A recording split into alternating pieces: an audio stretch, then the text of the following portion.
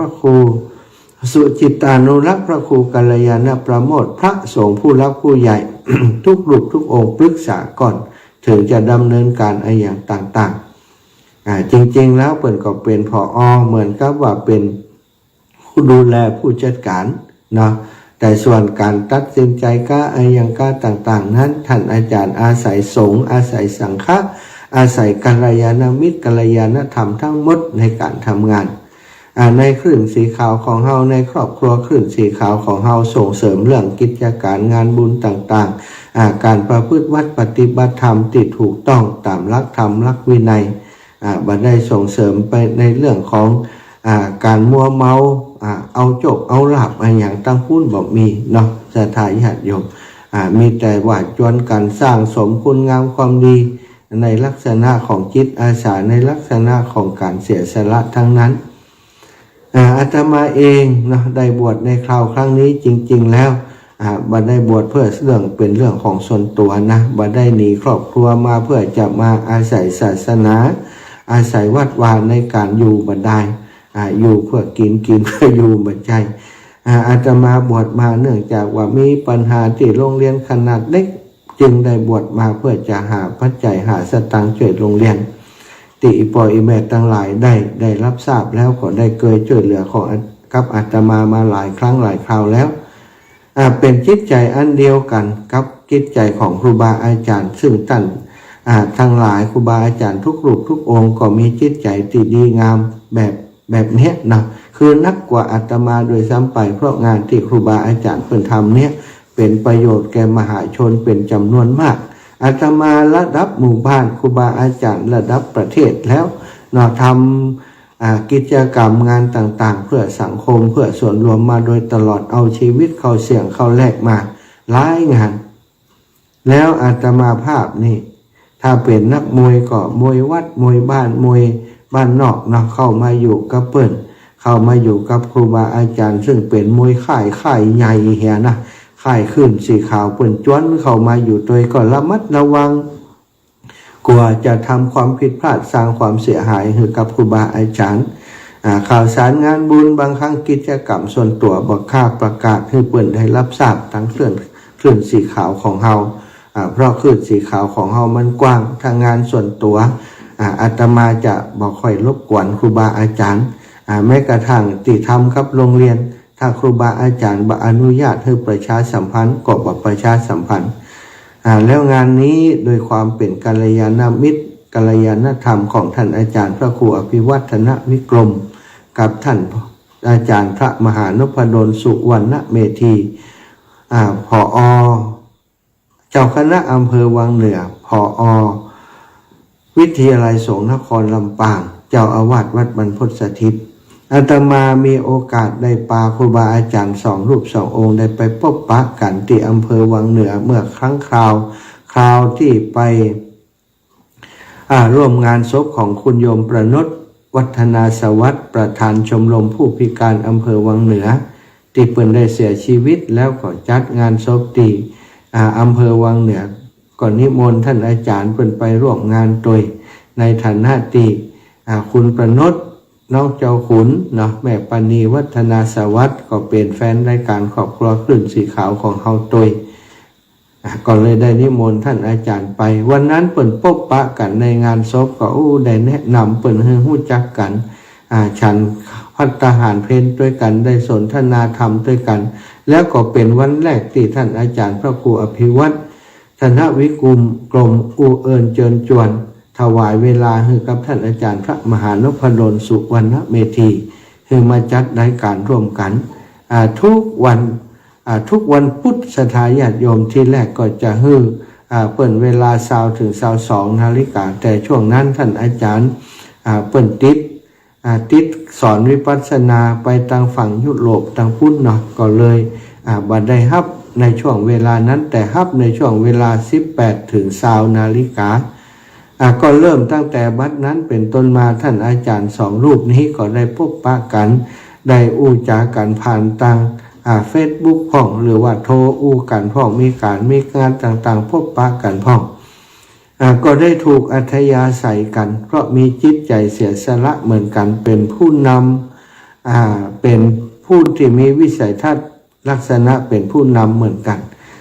ก็เลยมีความผูกพันกันเป็นพิเศษศรัทธาญาติโยมเข้าอกเข้าใจซึ่งกันและกันถ้อยทีถ้อยอาศัยกันและกันมาโดยตลอดตั้งแต่รู้จักกันมาอาตมาภาพจะเป็น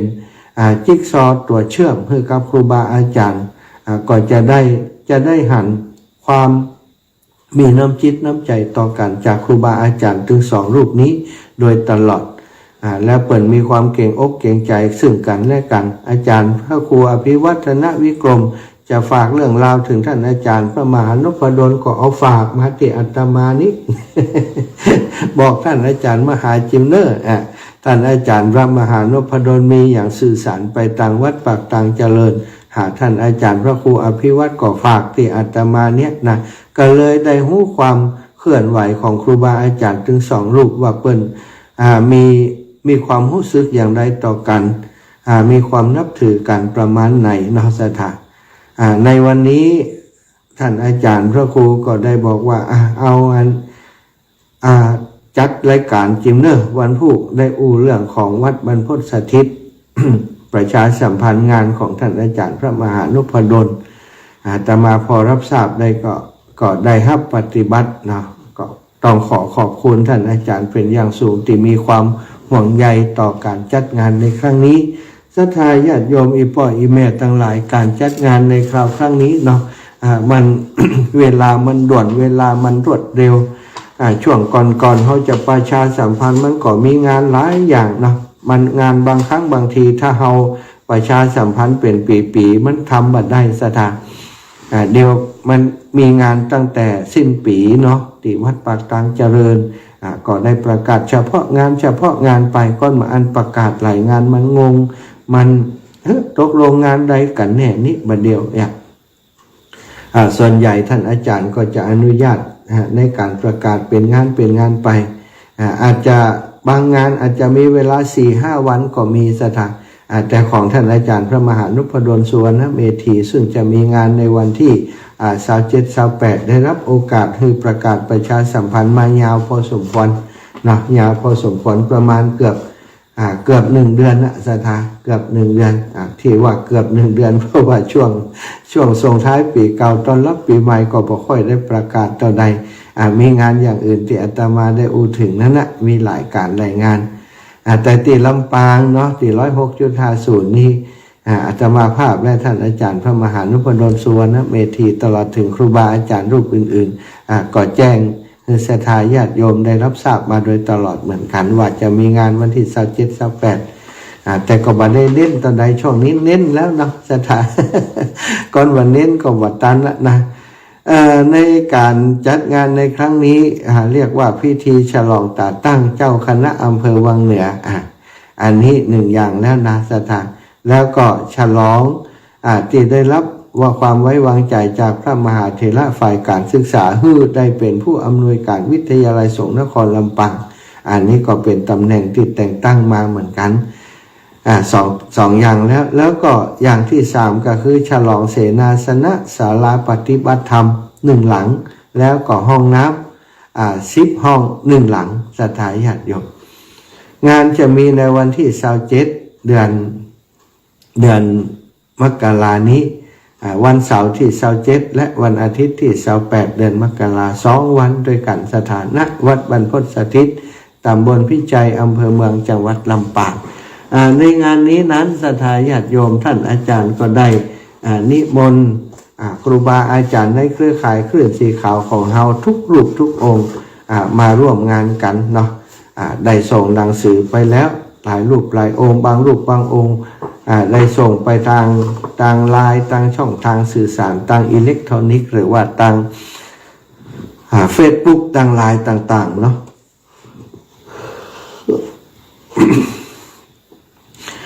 ขออนุญาตอ่านกำหนดการนะอ่านกำหนดการของงานวันที่27นั้นจะเริ่มตั้งแต่8:30 นาทีคณะศรัทธาญาติโยมพุทธศาสนิกชนได้มาร่วมกันที่ศาลาปฏิบัติธรรมวัดบรรพตสถิต เมื่อทุกคนพร้อมแล้วท่านอาจารย์พระมหานพดลสุวรรณเมธีเจ้าอาวาสวัดบรรพตสถิตจะจุดเครื่องทองน้อยนารูปบุรพาจารย์อดีตเจ้าอาวาสและพระสงฆ์ทั้งนั้นก็จะได้สวดพุทธมนต์มาติกาเสร็จแล้วเจ้าหน้าที่ก็จะลาดภูษาโยงท่านอาจารย์มหาพร้อมทั้งแขกผู้มีเกียรติก็ทอดผ้าปังสุกุลพระสงฆ์พิจารณา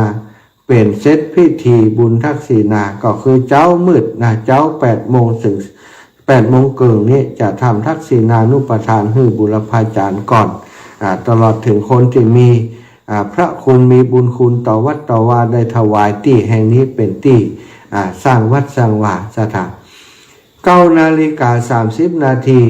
ก็จะเป็นเริ่มพิธีโดยท่านอาจารย์พระมหานพดลสุวรรณเมธีเจ้าคณะอำเภอวังเหนือเจ้าวาดวัดบรรพตสถิตจะได้จุดธูปเทียนบูชาพระรัตนตรัยเจ้าหน้าที่อาราธนาศีลพระสงฆ์หื้อศีลเจ้าหน้าที่อาราธนาพระปริตรพระสงฆ์ทั้งนั้นจำนวน100 รูปจะเริญพระพุทธมนต์100 รูปศรัทธาญาติโยมวันที่27นี้นะมัคคณายกกล่าวนำถวายศาลาปฏิบัติธรรมห้องน้ำท่านอาจารย์มหานพดลเจ้าคณะอำเภอวังเหนือเจ้าอาวาสวัดบรรพตสถิตผู้อำนวยการวิทยาลัยสงฆ์นครลำปางและแขกผู้มีเกียรติถวายจตุปัจจัยทายธรรมแด่พระสงฆ์ทั้งนั้นในพิธีตามลำดับเสร็จแล้วท่านอาจารย์พระมหานพดลก็เจ้าอาวาสวัดบรรพตสถิตเจ้าคณะอำเภอวังเหนือผอ.วิทยาลัยสงฆ์นครลำปางก็จัดได้กล่าวสัมโมทนียกถา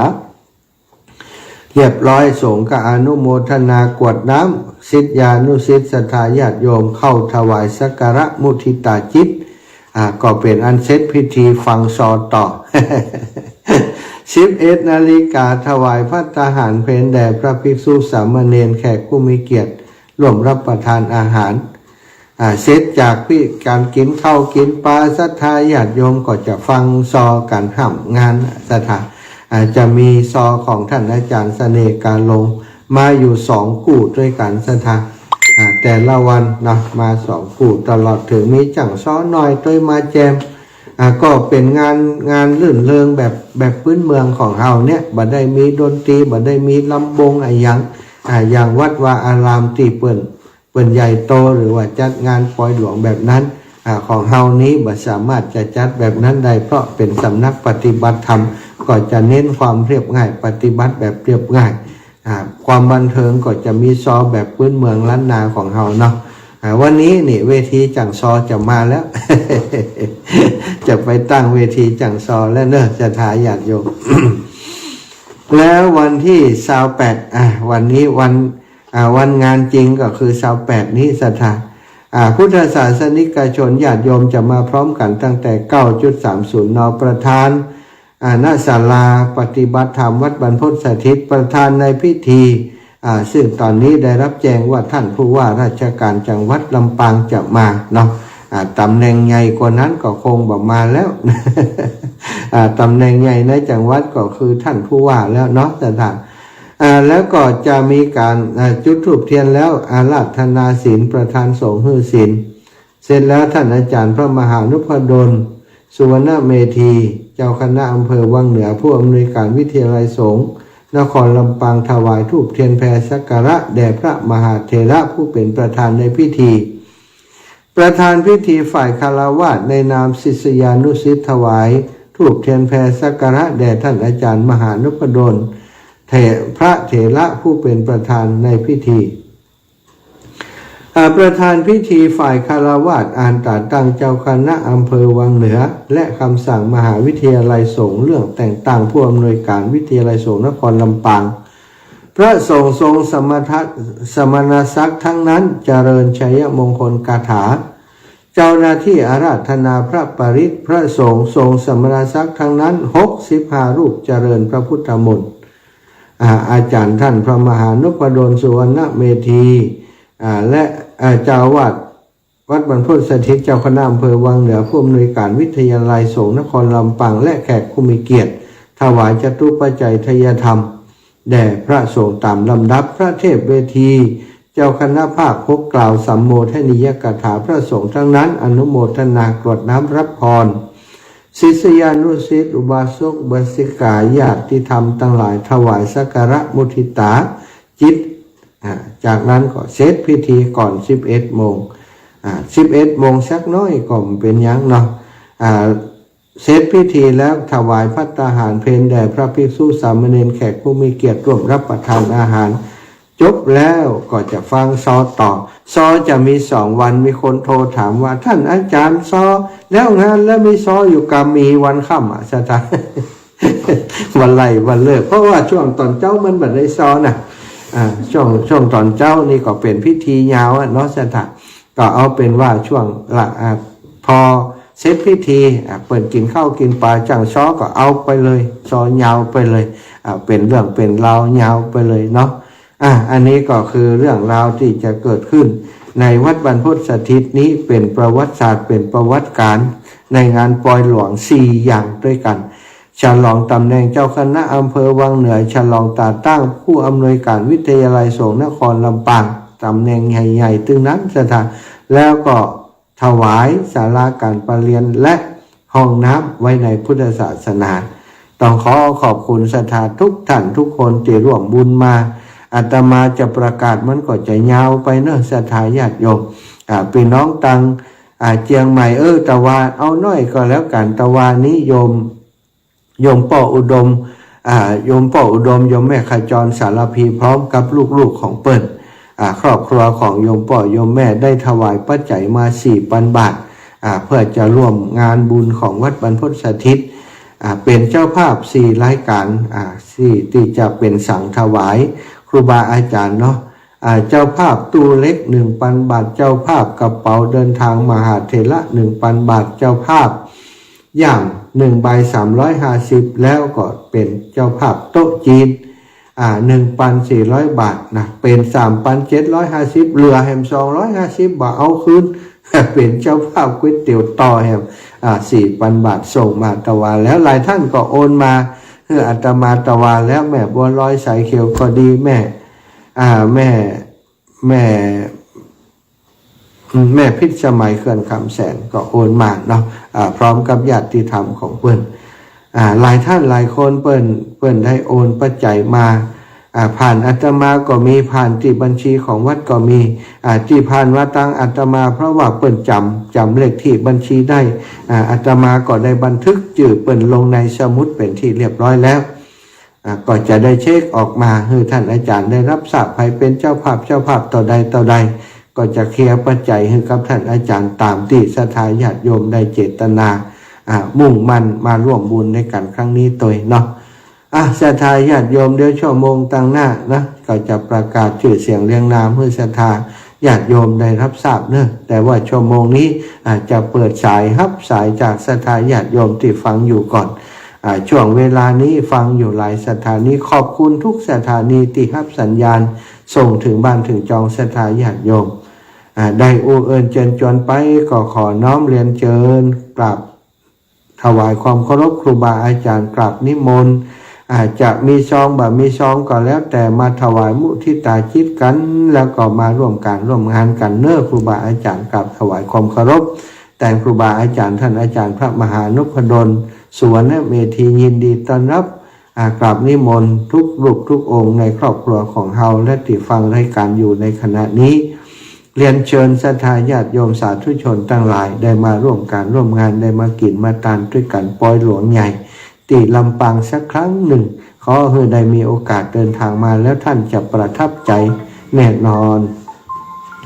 โทรมาได้แล้ว 0808844173 ลำปางมาก่อนเปิ่นก่อนต่างแม่ขจรปินใจล่าสวัสดีเจ้าตื่นเจ้าแล้วกาฟังกับเจ้าเลยสัตว์ตุนะแม่นะนะเจ้าแม่ปัจจัยพระโอกับคนน้อยเนาะปันกันคนน้อยขอบคุณไปจากลำปางไปอันดอยสะเก็ดเจริญปอนโยมแม่เจ้าไม่ตาเจ้าได้ปะกันแล้วหายกัดอกแล้วดีใจเนาะปะกันจ้ะอีแม่จ้ะ มาค่อยได้ เดี๋ยวเดี๋ยวจะว่าละเจ้าก็ เจ้าแม่แพทย์ เป็นฟันนะคนตายนะเนาะ ฮะ เป็นฟันปลาคานะคนตายนะเนาะ โอ้เปิ้นจะเสียส้มไหน เขาเสียวันนี้นะ โอ้ยแม่เป็นยังมะโหกระตายไปอ่ะ โอ้เดี๋ยวเขาจะโทรหาอาจารย์นั่นก่อนหลานลูกหลานเพิ่นที่จะฝากห้อง ตอนได้ยิ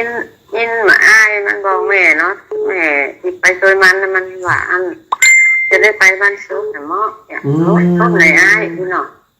ส้มในปั้นนะจ่ายอ่ะ โอ้ยปนวิบากเพิ่น จ้ะ อยู่คนเดียว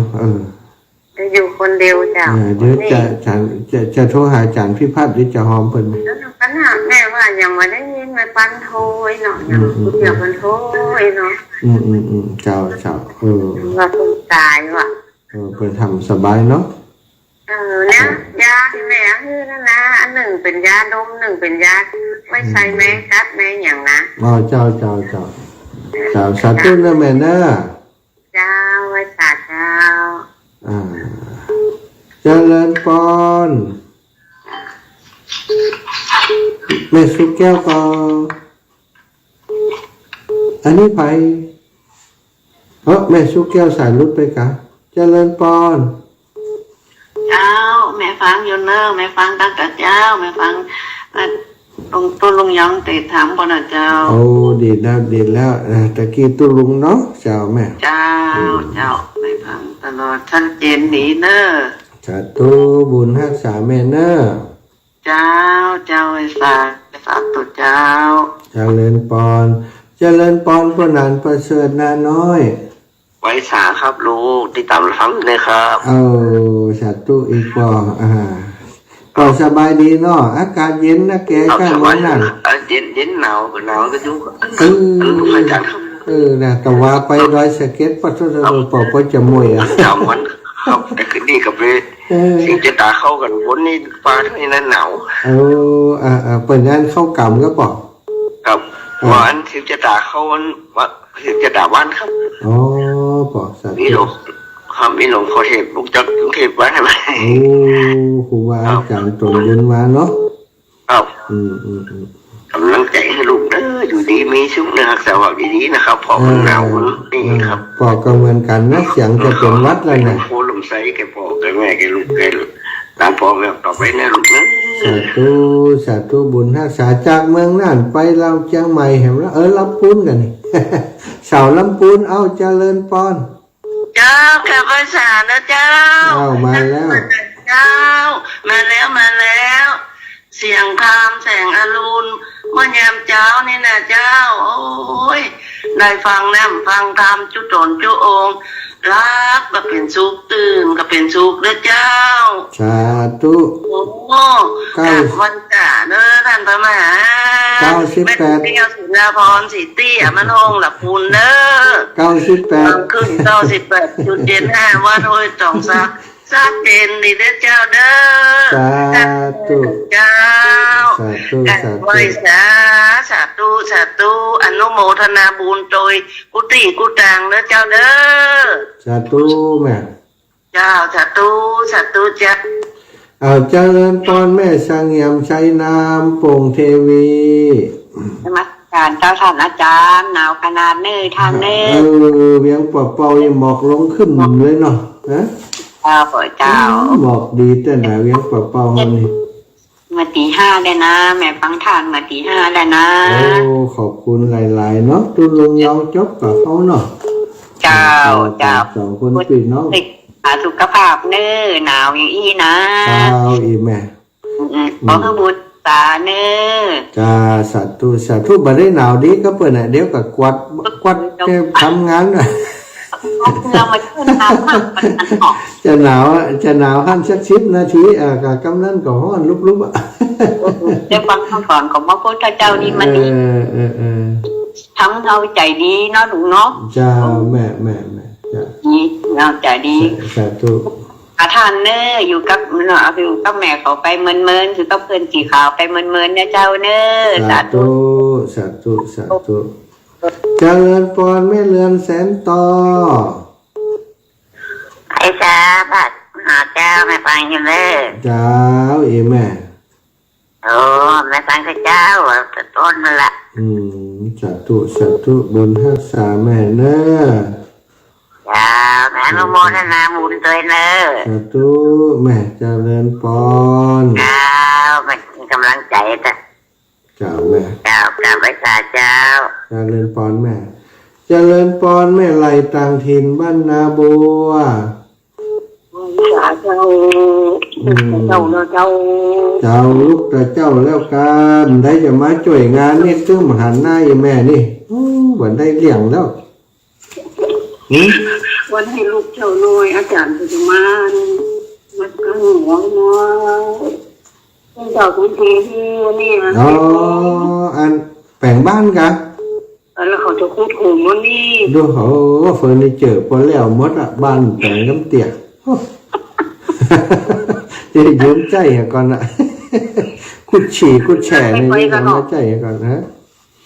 ถามหาแล้วไปกันเนาะ ข้ามม้าพอกันยกเข่าแล้ว ชบงานชบงานบ้านใหม่น่ะนี่ส่งไรน้ำนานี่เดี๋ยวนี้ บันนับละแต่ตู้โยมแม่เอาครับสายอื่นก่อน เจ้าไว้สาเจ้า จะเล่นปอดแม่สุแก้วคำอ้วนสีโพธารามอย่างหนึ่งสารปีโทรมาท่านสบต.เพียรศรีปทุมธาเจริญปอนแม่สุแก้วคำอ้วน ตอนนั้นพระไก่ก็จะฟังอยู่นะเจ้า เจริญปอนแม่ มันหนาว กะรับรู้มันหนาวกะ จะไม่หนาวมันไม่หนาว อ๋อหนาวกะนึกว่าหนาวบันหนาว เจ้าหนาว โอ้นึกว่าคนลึกหนาว เจ้า เสียงเปลี่ยนไปนี่ เจ้า ฉันอยู่ไหนเนี่ย ว่าจะเป็นวัดหรอ จะดูแลสุขภาพอีแม่เวลานอนกลางคืนสวมถุงเท้าเห็นเนี่ยเอาอันวิกพยาหมองทา แม่ใส่หมวกเรียบร้อยหมด ถุงเท้าใส่ตัว ใส่หมดแล้วไม่วันมันใส่หมด ดีแล้วสุขภาพดี ท่านสมัยกับไปนั่นไปนี่ นะสู้เป็นกำลังใจกันเนอะ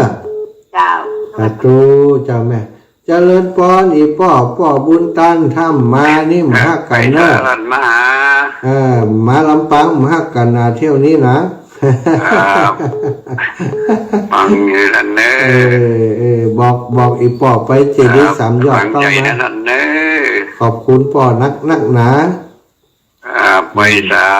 สาธุจะแนะนำให้อีป่อรู้จักกับท่านอาจารย์มหามนะ สาธุเจริญพรแม่รัตดาอีแม่ตื่นเจ้าโล แม่ที่โสบันละหลอดละ อิติปิโสเรียบร้อยแล้วลูก ที่3ครึ่งอ่ะ ดีแล้วสุขภาพโอเคช่วงนี้เนาะ หนาวมากเลยแหละ หนาวตั้งเพศก็เหมือนกันนะแม่อากาศมันลดลงอุณหภูมิลดลงเยอะลงไปปุบปับจะว่าเพื่อจะหมวยเลยแม่ ก็นั่นแหละทีแรกจะเอาตี 4พอมันได้ตี 3ครึ่งก็ลุกละเจ้าแม่ เจ้าก็ไม่สาเนอ ไม่เอาลำปางบอโอ้โหแบบกินงานก็จีนอย่างละเปลือกทีเนี้ยมันก็ไป60 โต๊ะดีแล้วเนาะเขามีงานกับของคือเขาได้ทำงานของเขาก่อนนี้แม่เพื่อช่วงที่มันมีช่วงที่มันไม่มีมันจะไปฟังวันนั้นตุลุงบอกว่าว่าเถอะค่ะจะรอทำน้อยก่อนนะจังหวะตุลุงก็ใครหารดีแม่เนาะต่างคนต่างใครหารกันใครไปนั่งด้วยกันปีกับน้องเลยนั่นนะตัวเดียวกันเลยสาธุมีนาได้ไปแน่ถ้าอย่างอื่นได้ไปกับต้องมีนาต้องไปงานหลวงปู่เนาะสาธุแม่กับพระเจ้าเจริญพรโยมแม่ย่าแม่จันเรือนสายสุดท้ายเนอะเจ้าดีกับติดอยู่เนาะติดอยู่เนี่ยวนแต่ว่าเรียบร้อยแล้วนี่หันแล้วตันบอก เออสาธุสาธุจ้าอีแม่มานอนด้วยเพ่เนอะ27เนอะ โอ้พูดแต่เด้อแล้วแต่ มาขายกล้วยเพ่สาธุสาธุ เอากล้วยไปตัวนะ เอากล้วยมาขายด้วย เอาสายเอาแหมสายกันแล้วกันเอาแม่บัวลอยใช้สวรรค์แม่หลอดลากันได้เนี่ย เจ้าไว้ค่ะเจ้าถ้าไม่ได้โทรหาหนูไม่ยินเสียงแล้วต้องโทรหาเจ้าของอยู่ดีมีชุดเนื้อนักการทำบุญของทำบุญทุกสิ่งทุกอย่างเต็มไงตัวของอาจารย์อายุมันเงินเนี่ยพอเกิดจากโลกไปทุกสิ่งทุกอย่างขอการแม่การทุลุงยิ่งการครูว่าการอาจารย์ทุกหน่วยด้วยตัวนี้สาธุสาธุบุญทักษะแม่เนอะดอกบัวดอกใจไว้เพื่อบูชาแด่องค์พระสัมมาสัมพุทธให้จะฟังอยู่กันเจริญพรไม่เจริญมีความเสียงเหมือนไม่จังเว้นใจไม่เปรียบเทียบเขาอย่างไม่มองไม่หาจ้าอีแม่ก็เหมือนกันนะจ้าด้วยความสัตย์ซื่อเอาหวังให้กันเจ้าหวังให้กันเจ้าใครรักไม่รักเอาเจริญพรไม่กันฟังนี้คุณแม่ตอนไหนดีขึ้นหรือยังคนน้ำก็เห็นความงามในไม่ยึดติดในต้มหัวขอเป็นดอกบัวดอกดีไม่มองว่าบัวงามเด่นแต่บัวก็เป็นดอกบัวทุกวันอย่างนี้ไม่อยากเด่นดังแต่มุ่งหวังในทางเด่นดี